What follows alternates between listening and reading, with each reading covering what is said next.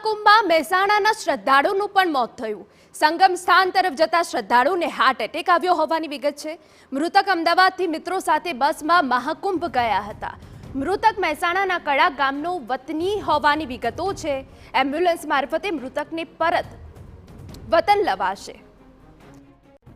વધુ વિગતે વાત કરવા જોડાયા છે મનીષ। પૂરી વિગત। જી, મહેસાણા વિસનગરના કડાના મહેશભાઈ સોમાભાઈ પટેલ નામના શ્રદ્ધાળુનું હાર્ટ એટેકથી મોત થયાનું જાણવા મળી રહ્યું છે।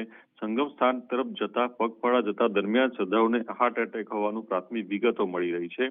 જાણવા મળેલ વિગતો મુજબ જ્યારે હાર્ટ એટેક આવ્યો અને ત્યાં ભીડ વધુ હોવાને કારણે એમ્બ્યુલન્સ સમયસર પહોંચી નથી શકી। 3 કલાક બાદ એમ્બ્યુલન્સ પહોંચી અને એ દરમિયાન હાર્ટ એટેકથી જ શ્રદ્ધાળુનું મોત થયું હોવાનું પ્રાથમિક વિગતો સાંપડી રહી છે।